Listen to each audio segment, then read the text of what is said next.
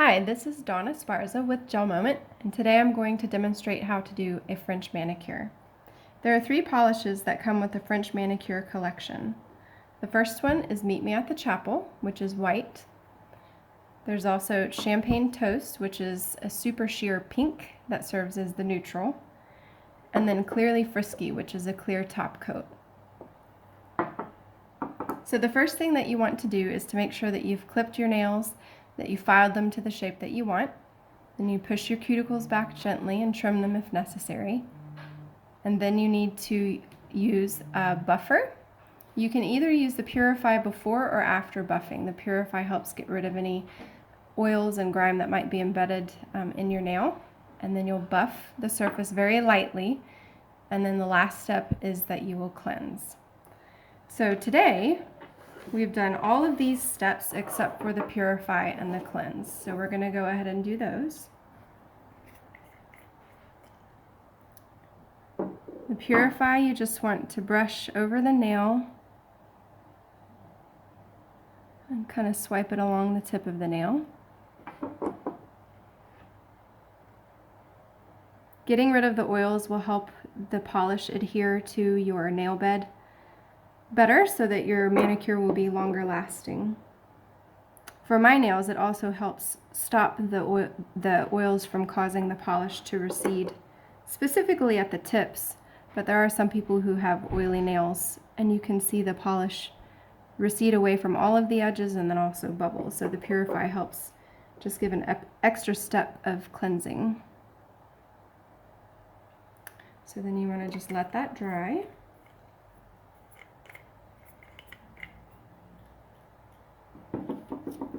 And then the next step is to use a cleanser pad. You just open it up. And you'll just rub all over the nail bed and kind of get under the nail. It's really important to let the cleanser dry completely before you start painting. Otherwise your polish can start bubbling and receding. I had to learn that the hard way. Once you do the cleansing process, make sure not to touch your nails with your hands or rest your face on your nails, anything that would put oils back onto the nails, or you'll need to cleanse again. And rather than leave this out of its packet, I like to stuff it back inside. And then fold the edge over, and that'll help keep it moist in case you need it throughout the manicure or for doing your other hand. Alright, so again, you want to make sure that you let the cleanser dry completely. The first polish that we're going to use is the Meet Me at the Chapel. So I'm just going to roll that gently in my hands. You make sure not to shake the bottle so that you don't introduce bubbles into the polish. Now the Meet Me at the Chapel brush is different from the rest of the brushes in the nail polishes. It's a much thinner, shorter brush so that it helps you get a cleaner edge for the French tip. So I'm just going to get a little bit of polish on the tip. And then what I like to do is, instead of starting over here at one edge and trying to swipe all the way across, I actually like to start in the middle and then I gently swoop it down. And then I turn the brush to get that corner. You don't need to worry about getting polish on your skin because you can clean that up before you cure. And then I come over to the other edge, and rather than putting the tip at the corner, I start a little bit onto the brush and then swipe in a rainbow to meet the middle line. And then from there you can just use the very, very edge of the brush to clean up the line however you'd like. Some people like to start down lower, but I like to do just the very edge of the tip. I don't like it to be too thick. And you just clean it up under. And for the thumb, we're going to cure it by itself. And this is the Professional 4-finger lamp. It cures in 45 seconds. And by being able to do 4 fingers at a time and a thumb, it helps cut down the time needed to do the manicure. Make sure that you keep your bottles away from any lamps when you're curing so that you don't get gummy polish. I'm going to go ahead and get the champagne toast, roll that, and get it ready. Now the champagne toast, you can do 1 coat, or you can do 2 coats, or you could even use the Clearly Frisky if you want to keep the white tip a stark white. But today we're going to use champagne toast, and I'm going to do 2 coats.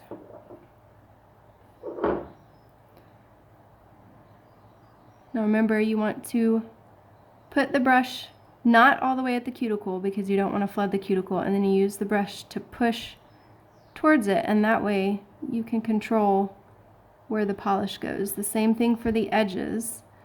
You can use the brush to push polish to the edge without touching your skin with the brush. That just helps leave a tiny, tiny little gap that you can't see so that the polish doesn't cure to your skin. If it does that, then your manicure may not last as long. And then for the edge, even on a short nail, you can cap it. I just gently pull back the skin, and then you just swipe or touch along the edge of the nail, the cut edge, with your brush. And then we're going to cure that first coat of champagne toast.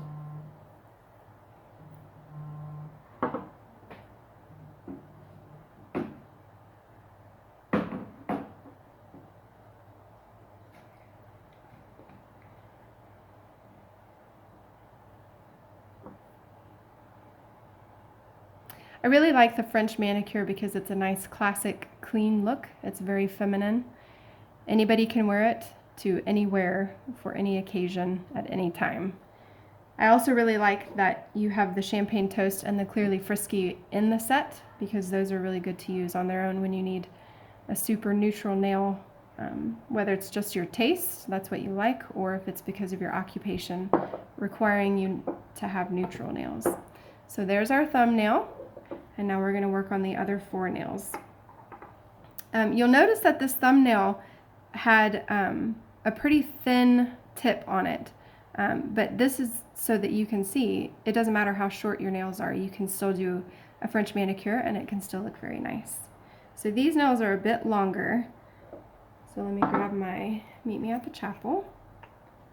Again, you just want to make sure that your brush isn't completely loaded. Otherwise, it'll be hard to make sure that your line isn't too thick. So I start in the middle of the brush, in the middle of the nail, and then I swipe over to the corner.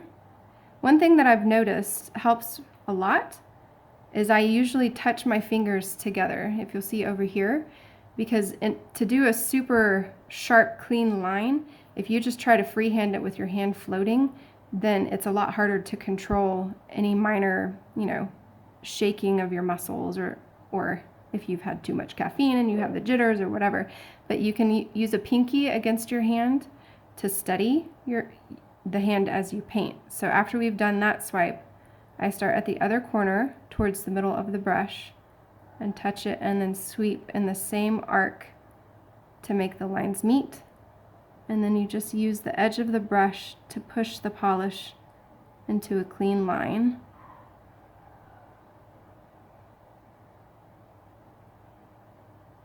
Like so. And then again, you just want to make sure that you cap just by tapping along the edge of the nail. Make sure that you clean up anything that's gotten on the skin. And then we're ready to do the next nail.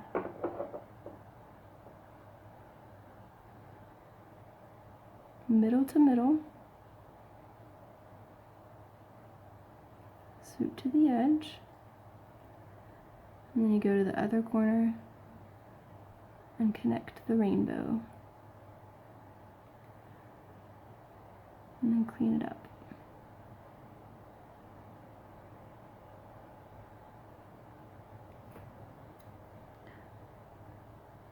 And make sure that you cap the edge.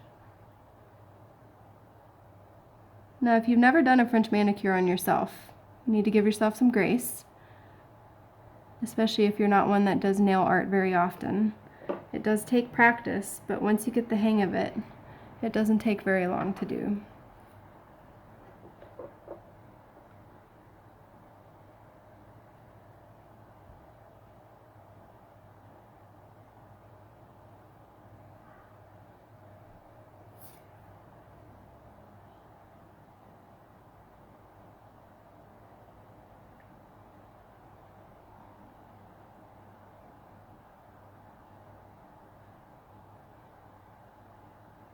I think one of the things that makes a French manicure fairly easy is because you can follow the natural curve of where the tip of your nail meets the nail bed. It's kind of like coloring within the lines. There we go. Cap the edge.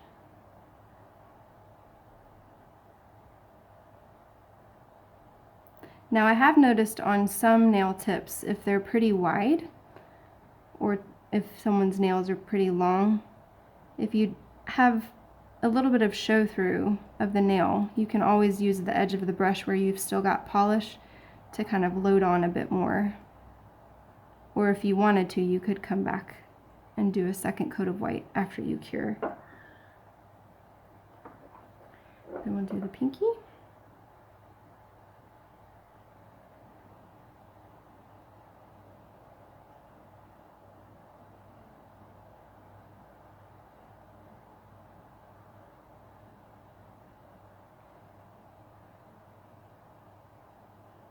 Don't forget the tip about using your finger against your hand to help steady. And we'll cap it a little bit.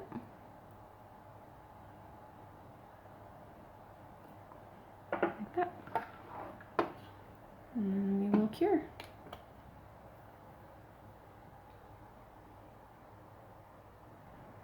Alright, we are all done curing the white tips. So now we're going to do 2 coats of the champagne toast, and then we will be back. Alright, we are just finishing up our second coat of champagne toast, and then we will cure and be done. Make sure you cap that nail. Clean it up.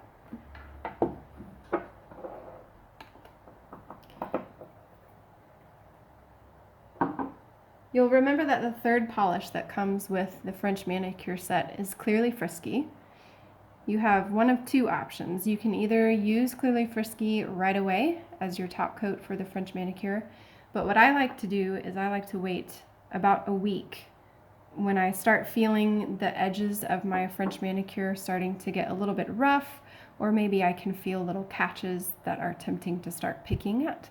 Then I will go ahead and cleanse my nails and then put a coat of Clearly Frisky on them. And that just helps with self-control, first of all, at not picking at my manicure, and it also helps it last a lot longer than it would if I didn't do the Clearly Frisky. All right, and there you have a French manicure. Now, some of you might be saying, sure, you can do a French manicure on somebody else, but it's much harder to do on yourself. So I thought that I would show you that indeed it can be done also on yourself. I'm going to do 1 finger on my left hand and 1 finger on my right hand. Maybe this will help give a better picture of how you can place your hands in order to do it on yourself. So you want to make sure to cleanse, let those dry.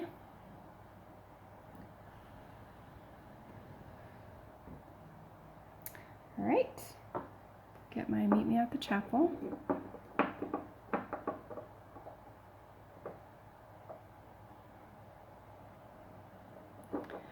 So for doing the left hand, which is my non-dominant hand, which means my right hand is able to do it quite well, I do the same thing that I just showed you. You start in the middle of the nail with the middle of the brush, and you just swipe towards one corner.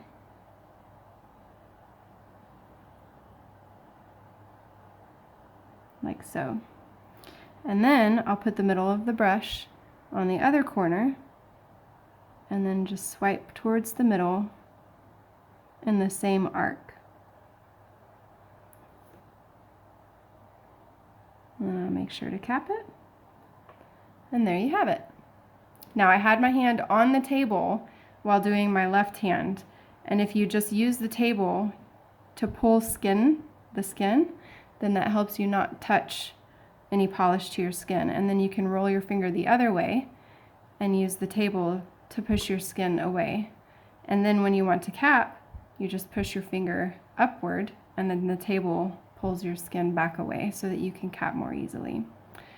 Now to do your dominant hand, it's always trickier because it just feels flat out awkward. You can do the same thing. You can use the table to push and pull your skin the way that you need to, or you can flip your hand this way. I keep my hand on the table because it gives some stability, and then I'll use my fingers over here against my hand just to try to make sure that there's no shaking. And then I'll start in the middle of the nail, sweep to one corner, and then I'll start on the other corner using the middle of the brush and sweep across.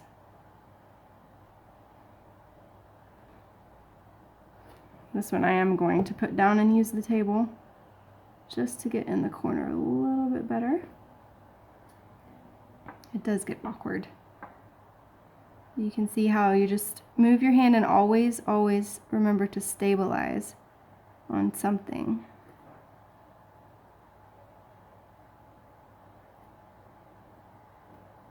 This nail's a bit longer, so I'm going to have to add a bit more polish from the side of the nail. Not in the nail, the side of the brush.